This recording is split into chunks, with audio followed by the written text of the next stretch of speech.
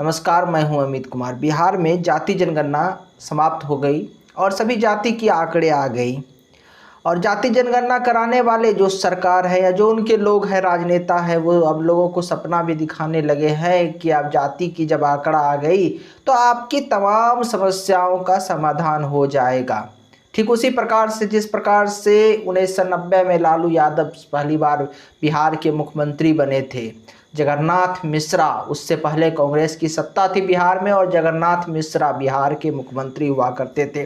तब भी चलती थी मंडल और वर्सेस कमंडल की राजनीति बिहार में चरम पे थी और देश में कहिए तो चरम पे थी। और लेकिन बिहार में जो है मंडल को जीत मिली थी और लालू यादव जब आए थे तो गरीब गुरबे, पिछड़े, दबे कुचले लोगों की राजनीति करते थे। ऐसे लोगों की राजनीति करते थे लालू यादव जो समाज में जो है हाशिए पर थे, जो समाज की मुख्य धारा में नहीं थे, जो गरीब थे, जिनको समाज में उचित स्थान नहीं मिला हुआ था। ऐसे लोगों की राजनीति क्या करते थे लालू यादव। और तब भी कहा यही जाता था कि अब लालू यादव सत्ता में आ गए हैं और अब जो है गरीबी मिट जाएगी और समाजवादी नेता अब सत्ता में आ गए। चूंकि समाजवाद के विचारधारा को लेकर लालू यादव चले थे, जयप्रकाश नारायण की यानी जेपी मूवमेंट से निकले हुए नेता थे लालू यादव। तब भी कहा तो यही जा रहा था ना कि अब जो है बिहार से जो है गरीबी मिट जाएगी, तमाम प्रकार की समस्याओं का समाधान हो जाएगा। लेकिन 90 के दशक के बाद आज 33 वर्ष बीत चुका है, आज हम 2023 में आ गए हैं। क्या बिहार से वो तमाम समस्याएं मिट गई जो पिछले कई वर्षों में बिहार के राजनेताओं ने किया? पिछले 3 दशक में जो लोग सत्ता में रहे, क्या उनसे ये सवाल नहीं पूछा जाना चाहिए कि आज अगर आप ये जाति की आंकड़े दिखा के ये आप कह रहे हैं, ये आप सपने दिखा रहे हैं कि आप जाति जनगणना के बाद तमाम प्रकार की समस्याओं का समाधान हो जाएगा, गरीबी मिट जाएगी, जो पिछड़े समाज के लोग हैं, अति पिछड़े समाज के लोग हैं, दलित समाज के लोग हैं, सबों को उनका हक अधिकार मिल जाएगा। तो क्या इससे पहले जब 33 वर्ष आप ही सत्ता में थे और आप वही लोग थे जो पिछड़े समाज से आते हैं, जो अति पिछड़े समाज से आते हैं, आप सत्ता में थे, तो ये तमाम कार्य क्यों नहीं हुआ? अगर उस दरमियान इस 33 वर्ष में ये काम नहीं हुआ तो आप ये गारंटी दीजिएगा कि आखिर ये कब तक हो जाएगा, कब तक जो है एक समानता हो जाएगा? जो समाजवादी लोग, जो समाजवाद के जो बड़े बड़े नेता रहे, जो समाजवाद के जनक रहे, उन्होंने जो राष्ट्र को, उन्होंने जो समाज को एक सपना दिखाया समानता का, समता का, यानी समतामूलक समाज, वो समतामूलक समाज का निर्माण कब तक हो जाएगा?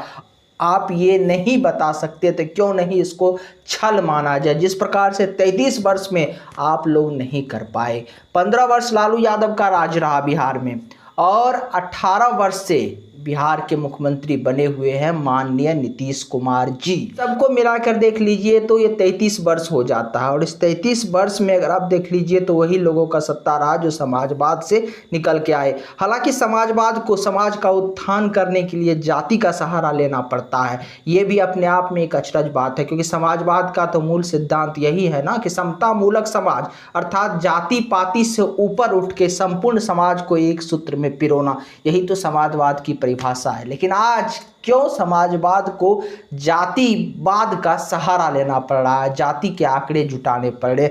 अगर आप जुटा ही लिए हैं जाति के आंकड़े तो अब ये लिख के आप कब दे दीजिए, लोगों को बता दीजिए आखिर कितने दिन लगेगा कि बिहार से आप जो है बेरोजगारी को समाप्त कर देंगे। बिहार से जो है बिहारी मजदूर जो बाहर दूसरे प्रदेशों में पलायन करते हैं, रोजगार के तलाश में जाते हैं, वो कब तक बंद हो जाएगा बिहार में? इन तमाम चीज़ों को आप लिख कर दे दीजिए। और आज देश में जो है बिहार प्रति व्यक्ति आय के मामले में सबसे नीचे है।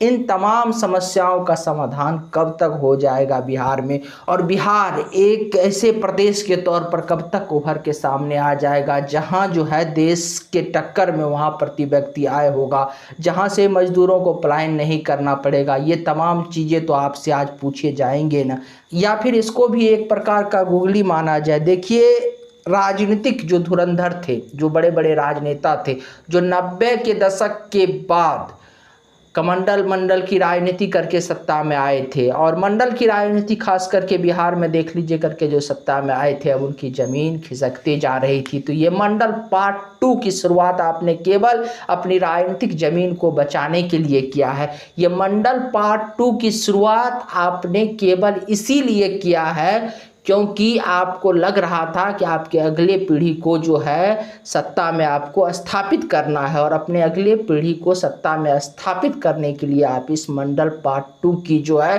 लड़ाई शुरू की है। ये तमाम चीज़ें हैं। और आज देखिए लोगों को किस प्रकार से एक सपना बेचा जा रहा है। सपना ये बेचा जा रहा है कि अति पिछड़ा की आबादी ज़्यादा है पूरे देश में, तो सही बात है ज़्यादा है, तो कहा जा रहा है कि बिहार में भी ज़्यादा है तो उसको आरक्षण जो है ज़्यादा मिलना चाहिए। इस प्रकार से ये चीज़ें लोगों के दिमाग में सेट किया जा रहा है, एक प्रकार का कह दीजिए तो स्क्रिप्ट तैयार किया जा रहा है।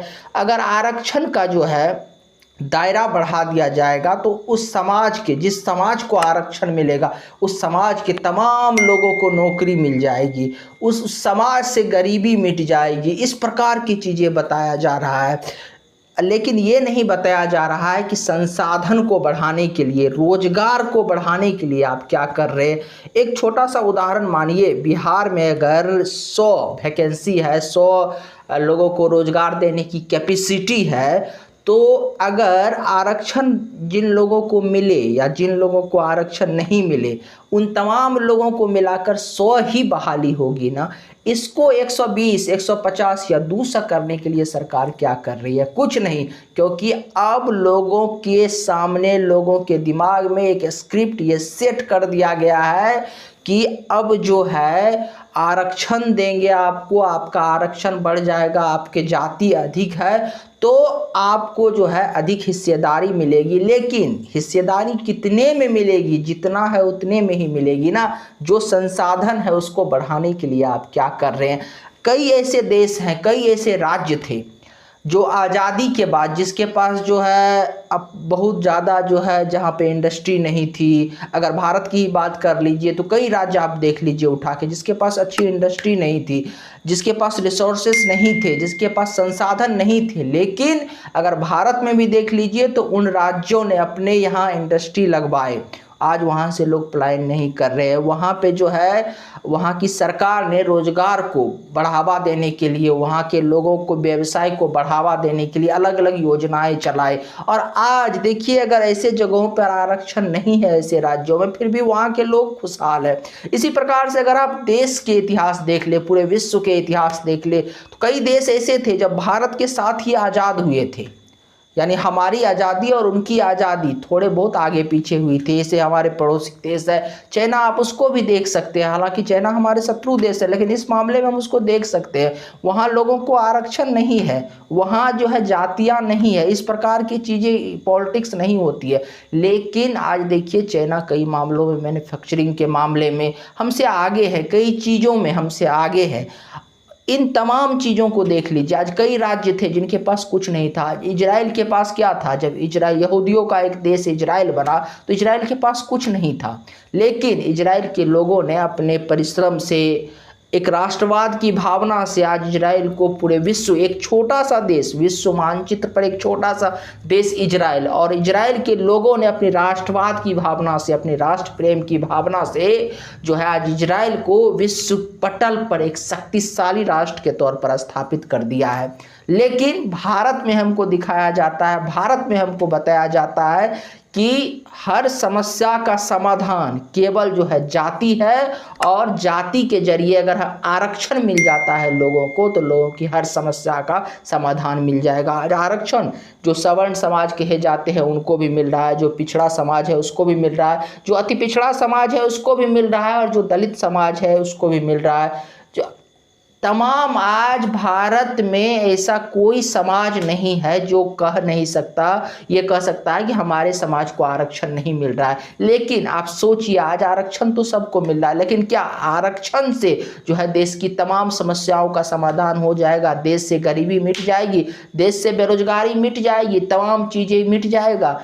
किस प्रकार का राजनीतिक षड्यंत्र बुना जा रहा है, किस प्रकार का राजनीतिक माहौल तैयार किया जा रहा है। और अब ये आरक्षण जाति के मुद्दे पर भी जो है अगले हो सकता है कि 1-2 दशक राजनीति चले, और इसके बाद जब ये हवा ठंडी हो जाएगी तो फिर कोई एक नया मुद्दा निकल के आ जाएगा। लेकिन लोगों के हाल में कोई परिवर्तन नहीं होगा। लोगों का जो हाल है, आपकी जो समस्या है वो जस की तस रहेगी, और आपके जो है दिनचर्या, आपके जीवन में कोई परिवर्तन नहीं आएगा। सोचिए, अगर जाति के आंकड़े आज आ गए बिहार में तो क्या इससे आपके जीवन में कोई परिवर्तन आया है? अगर जाति के आंकड़े से परिवर्तन आता है तब तो ये जाति के आंकड़ा ठीक है। अगर इस आप देखिए कि अगर आपको जाति के आंकड़े आ जाने के बाद आपके जीवन में परिवर्तन आ जाता है तब ये जाति का आंकड़ा ठीक है। लेकिन अगर आप एक निष्पक्ष तौर पर सोचेंगे, एक भारतीय के तौर पर, तो आप सोचिए कि ये जो आज जाति के आंकड़े आ रहे हैं, क्या इससे देश की समस्याओं का समाधान हो जाएगा? और अगर नहीं होगा तो सोचिए, आपको आपके राजनेता, आप जिस भी राजनीतिक पार्टी को, जिस भी राजनीतिक विचारधारा को फॉलो करते हैं, वो कहीं ना कहीं आपको गुमराह कर रहे हैं, और इससे बचने की आवश्यकता है। अगर आपको हमारी जानकारी अच्छी लगी तो आप हमारे चैनल को सब्सक्राइब कर सकते हैं, वीडियो को शेयर कर सकते हैं। नमस्कार, धन्यवाद।